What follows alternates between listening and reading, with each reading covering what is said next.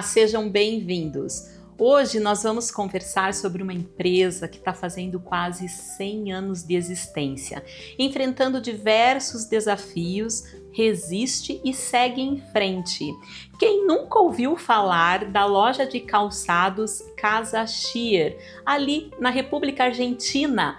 Para essa conversa maravilhosa e inspiradora, eu recebo Márcia Schier. Ela é pedagoga com pós-graduação em administração pública, atua há mais de 30 anos na Associação Comercial do Paraná, é coordenadora do comércio de bairros, diretora do CIEE, já passou pela política como vereadora, mas antes de tudo isso, ela administra junto com os seus irmãos a Casa Schier. Márcia, que prazer te receber, seja muito bem-vinda. Muito obrigada. Meu Deus, você faz tanta coisa e ainda cuida, faz a gestão, administra uma empresa de quase 100 anos, né, que foi fundada pelos seus pais. Exatamente. Conta um pouco pra gente sobre isso. Olha, eu que agradeço o convite, muito obrigada, e para mim é sempre um orgulho muito grande falar da loja.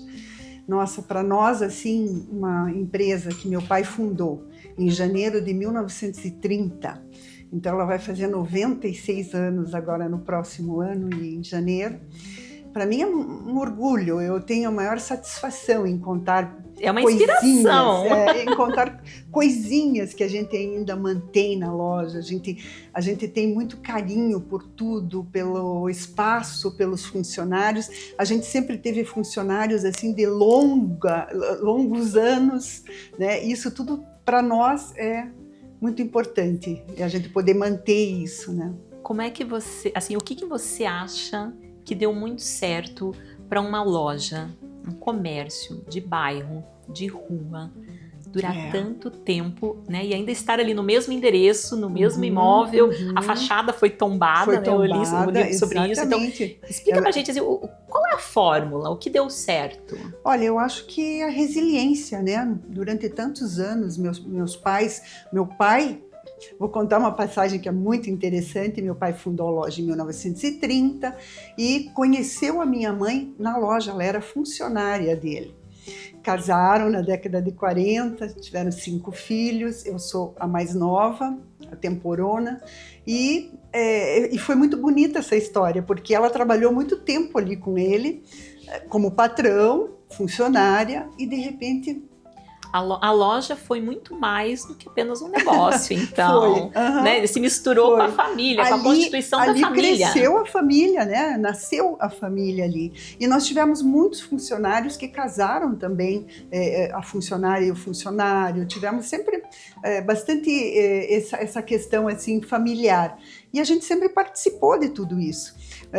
Você até comentou, e é verdade, nós tivemos um funcionário de mais de 60 anos, o Eloy House, já é falecido também.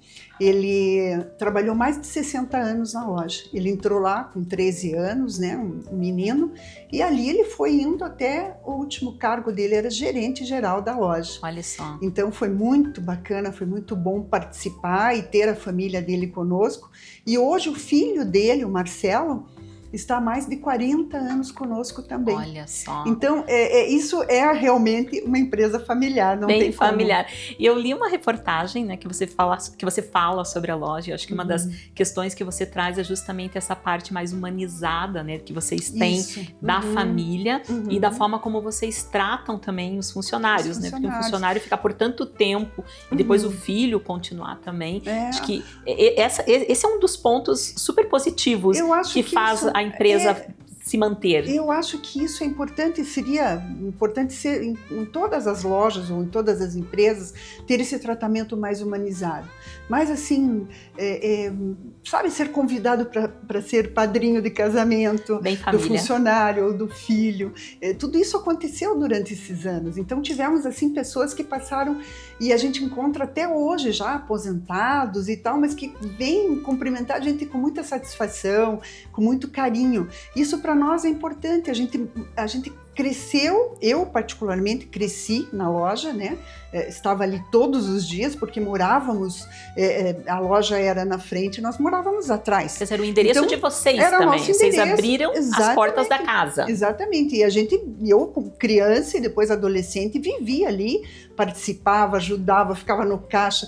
Então a família trabalhava ali. Minha mãe todos os dias, o meu pai todo dia também na loja, né, marcando ponto. E eu acho que isso atraiu essa positividade dos funcionários também gostarem. E a gente sempre gostava de tratar eles como da família mesmo.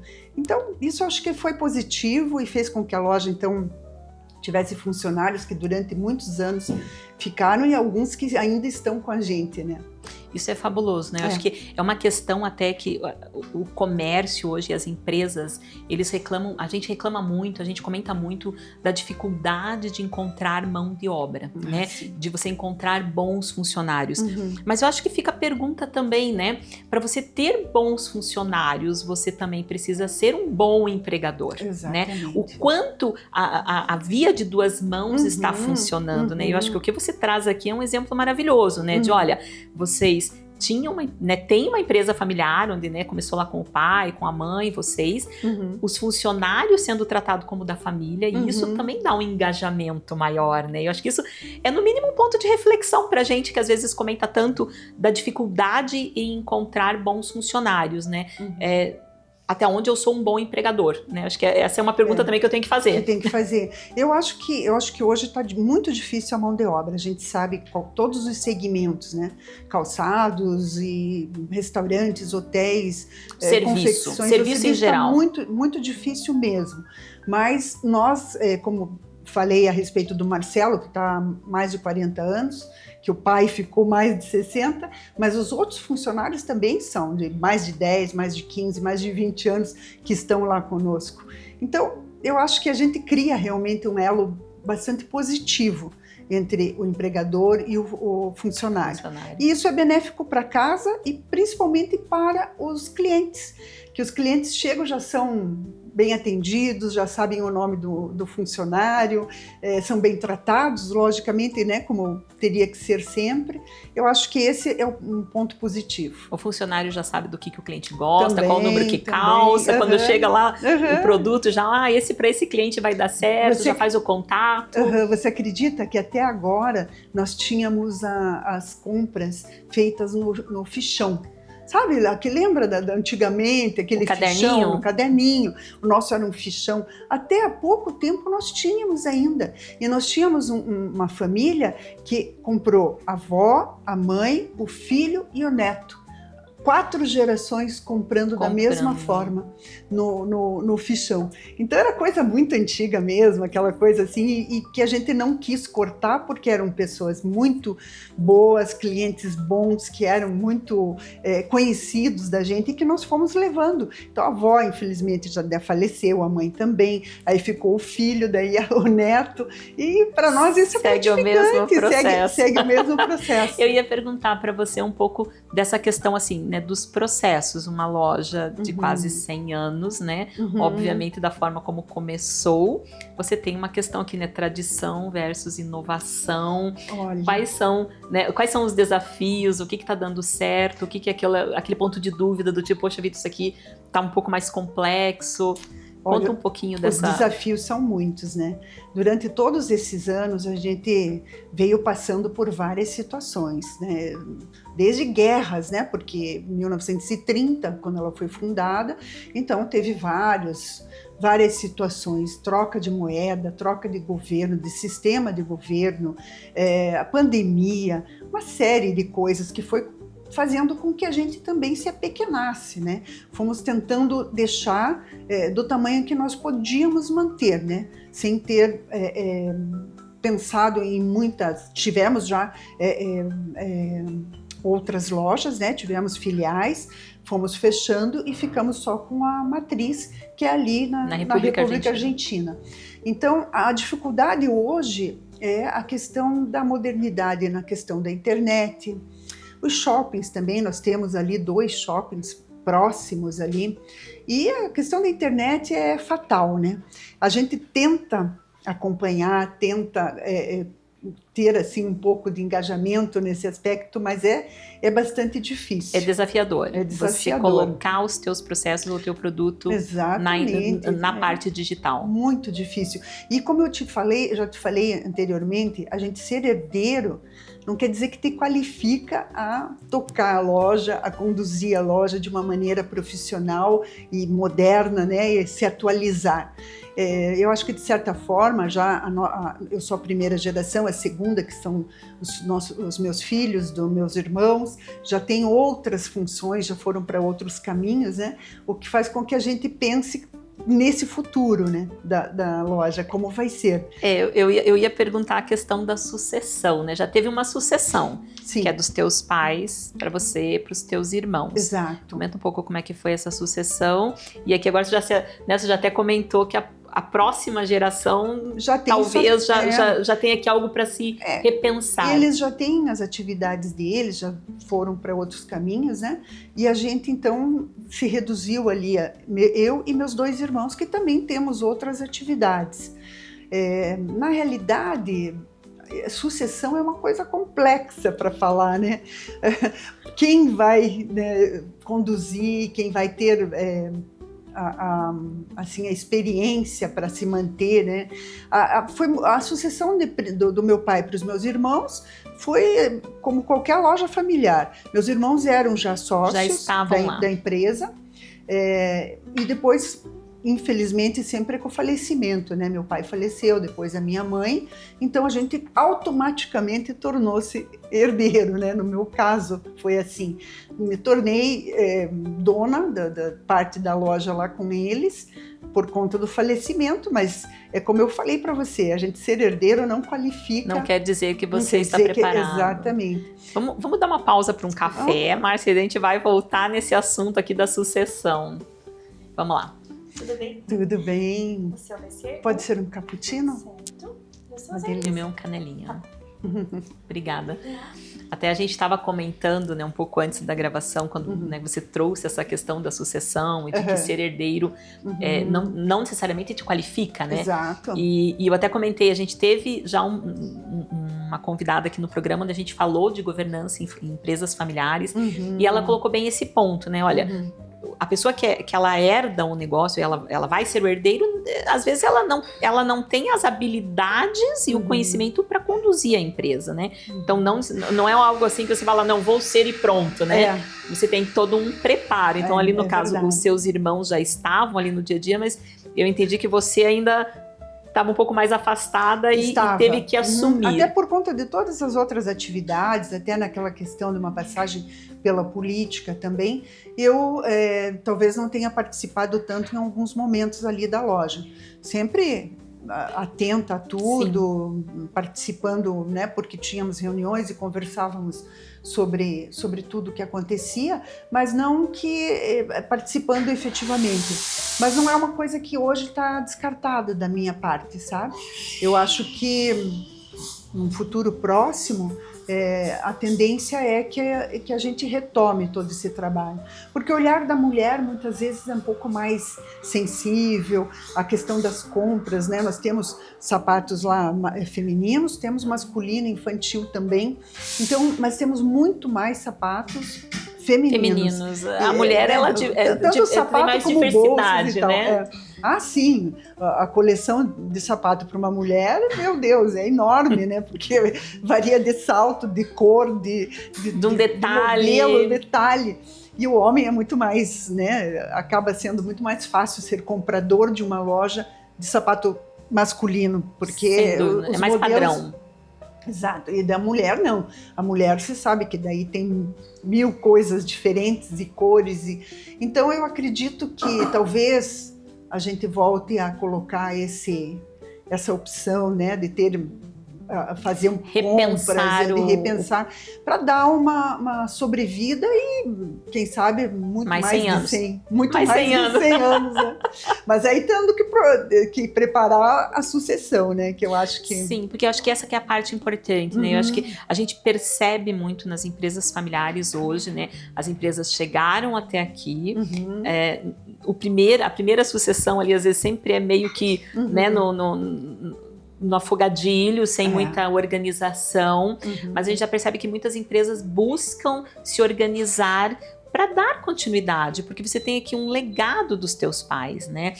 Eu acho que você estava comentando também um pouco antes da gravação da importância, né, do nome, né?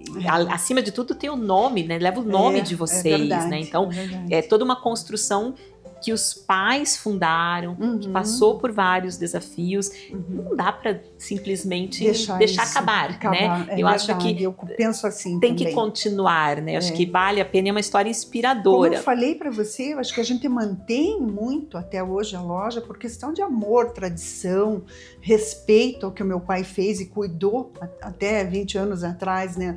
Que até antes de falecer, um pouco antes, ele ainda estava ali. Estava atuando. Na loja, atuando, olhando as duplicatas, sabe? Cuidando bem. Ele tinha o jeitinho dele, ele olhava as duplicatas com uma lente de aumento. Com a lupa? Pegava a lupa já com 90 e tantos anos, Olha né? só. Pegava, olhava e tal, e separava. Então ele participou do começo praticamente até o fim da vida dele ali na loja. Então a gente tem esse carinho especial, não dá pra gente realmente pensar em... Simplesmente falar, vamos terminar, Não, até porque... Vamos fechar. Até porque ela está, né? Ela está aí ativa e está atuante. Eu vou te dizer que a gente pensa na tradição, né? Que tem clientes nossos que são muito antigos e vão até hoje na loja, fazem questão e gostam. Nós temos ali, a loja tem estacionamento, que facilita também hoje em dia, né? Então eu acredito que dá pra gente conseguir mais alguns anos aí. Como é que é a frase que vocês falam? A frase é linda. A frase é: calçou seu pai, calça você e calçará seu filho. Olha, então ainda vai pra frente. É uma frase que dizia muito assim, porque calçou seu pai, calça você e calçará seu filho. Quer dizer, o passado e o futuro. De família para família, né? É o passado e o futuro, né? Sem dúvida, e é uma história bem inspiradora. E aí, conta um pouco assim, Márcia, você, né, estando na Associação Comercial do Paraná, sendo coordenadora do comércio de bairros e tendo uma loja de bairro, de rua, né? A gente estava esses dias na CP falando, né, sobre as dificuldades e os desafios, e a gente sabe que tem muitas pessoas que assistem o programa, ele é voltado ao empreendedorismo, então assim, são pessoas que têm suas empresas, têm seu comércio, têm suas lojas de rua, e a gente sabe das dificuldades, né? Traz um pouco aqui pra gente como que você vê isso estando também nessas entidades que atuam perto desses comerciantes. Olha, a CP, como eu já te falei, há mais de 30 anos eu faço parte da CP.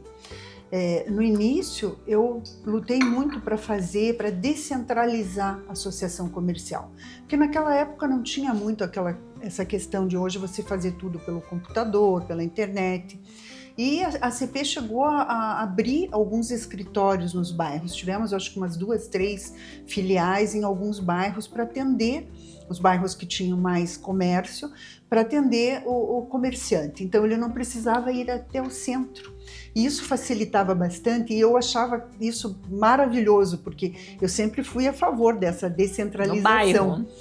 E indo para os bairros, né? Porque era realmente a minha experiência. Bairro do Portão, Novo Mundo, lá onde nós tivemos e temos a loja. Então, depois, com essa questão da internet, com a questão de você fazer tudo até online, computador, essas coisas, os escritórios ficaram desnecessários e foram fechados. Mas, para mim, o Conselho de Bairros, o Conselho do Comércio de Bairros é importantíssimo. Eu sempre falo para a diretoria da CP, para o presidente, agora para o novo presidente que assume o ano que vem, é muito importante que você dê atenção ao comércio dos bairros, que você dê atenção às associações comerciais dos bairros. Todo serviço que a CP tem, ela pode disponibilizar para as associações comerciais dos bairros e fazer as associações crescerem para vocês darem atenção aos comerciantes do bairro. Porque o comércio de bairro é que ajuda, que toca, que traz o progresso, faz com que as pessoas cuidem. Você mora no bairro, a gente sempre falava isso, você mora lá no Portão, procure fazer compra nas lojas do portão, das lojas que você tem próximo da tua casa, que você tem próximo do local que você trabalha, para você dar um incentivo. Isso é muito importante. Até na época da pandemia, muita gente falava para as pessoas irem comprarem ou, né, fazerem negócio. Priorizarem o bairro, né? O bairro onde elas moram, onde elas trabalham. Então, essa experiência na associação, eu sempre fui muito defensora disso. Eu espero realmente que sempre continue para que as associações, e hoje em dia nós temos 8 ativas, né? A de Santa Felicidade é super ativa. É muito ativa, é muito boa. Mas temos a do Boqueirão, temos outras, né, do Bairro Alto, que são boas, que são também ativas, mas a gente precisa sempre, a associação como o guarda-chuva, ajudar com que elas cresçam e até outras surjam, né, outras associações em outros bairros surjam, né, para ter os serviços também que possa disponibilizar para os associados de vocês. E isso facilita para os moradores também do bairro, né? Porque se você tem os serviços, se você tem o comércio de rua ali no bairro, você oferece esse comércio, se as pessoas priorizam, esse comércio cresce, você gera até emprego, né? Porque as pessoas procuram trabalhar, às vezes, perto de casa, que é bem mais fácil, né? Melhor. Então, assim, a tua vivência nas entidades também te ajuda a ter esse olhar para o seu comércio, para a sua loja ali no portão, na República Argentina. Então, está muito interligado esse trabalho, né? E você comentou que agora você, voltando para a loja, você pensa também, dar esse olhar e talvez repensar e refletir. Mais, exatamente. Né? Porque a gente até comenta, às vezes, né, o negócio da família que tem, né, todo esse histórico, tem o nome de vocês, tem, né, o carinho, e aí para você também, né, e para os teus irmãos trazer isso como um legado, e às vezes a gente até comentou, né, serve como uma aposentadoria, né, para você continuar trabalhando e talvez de uma forma mais prazerosa e lembrando ali, né, de tudo que você passou lá atrás, né? Deve ser fantástico. O meu pai, minha mãe, né, ela ia de manhã para a loja e aí ela fazia a faxininha dela, limpava o balcão, cuidava e via se a vitrine estava toda em ordem, se tinham tirado o pó. Era aquele cuidado, como eu falo, é aquele olhar feminino da mulher e do gosto dela fazer por uma coisa que era dela, né, da loja que era da família. Então é importante isso. Vamos ver para frente como é que fica essa nossa economia, como é que toda essa questão do nosso país, né, se permite. Mas eu acho que quando a gente tem a paixão, né, e a vontade, dá certo. Comenta um pouco sobre o museu. Você falou do museu. Eu achei fantástico. O museu é outra coisa assim que é a nossa paixão, né? Você sabe que meu irmão gosta muito disso, Marcos, e ele foi guardando material durante muitos anos. Materiais da loja. Da loja. Então nós temos no museu, a gente abriu no mezanino, né, na parte de cima da loja, qualquer pessoa pode chegar lá e falar com o funcionário, subir para visitar. Lá nós temos fotos antigas, nós temos os livros antigos, que antigamente os livros eram feitos pelo guarda-livro, era assim que chamávamos. O guarda-livro, ele tinha uma letra, os números... De caligrafia. Era uma coisa maravilhosa. Então, ele fazia. Então, são livros enormes, desenhados, assim, é lindo. Então, a gente tem os livros, a gente tem fotos, a gente tem material, as coisas que eram confeccionadas pela loja, que vocês pela produziam, selaria. né? Sim, nós tínhamos uma selaria que fazia artigos, né, de montaria, e fazia tamancos, fazia chinelos, chinelos bordados, né, que as mulheres usavam, mas era aquele chinelo rústico, aquele solado de madeira, de couro, né, e bordado a parte de cima e tal. Então, caixa registradora, nossa caixa antiguíssima, assim, que está lá ainda, lá em cima, dinheiro, né, o dinheiro antigo que era usado, máquina de costura, o banco do celeiro que eles sentavam para fazer as costuras, Nossa, tem fotos da República Argentina, do bairro, né? Na época que era tudo chão, né? Aquele macadâmia que diziam, diziam fim do macadâmia. Era muito. Tem gente que brinca comigo e diz: você estava lá desde da inauguração da loja, um pouquinho depois, um pouquinho. Mas é que a gente vive tanto essa história assim que a gente sabe. Você sabe como se você tivesse vivido. Exatamente, a gente sabe. E daí sobe lá, você vê aquelas, sabe, o que fazia a bainha de facão, o coldre do revólver. Deve ser a coisa mais linda. Porque era tudo feito de couro e à mão, costurado à mão, na maioria das vezes. Lindíssimo. Então, e é por isso que nós tínhamos também a selaria e acabamos com a selaria, porque as pessoas que costuravam, que trabalhavam na selaria, infelizmente foram falecendo, foram... E aí você fica sem... Aí a mão de obra não se renova. A juventude não quer sentar num banco para costurar uma sela, um arreio de cavalo, uma cabeçada, alguma coisa.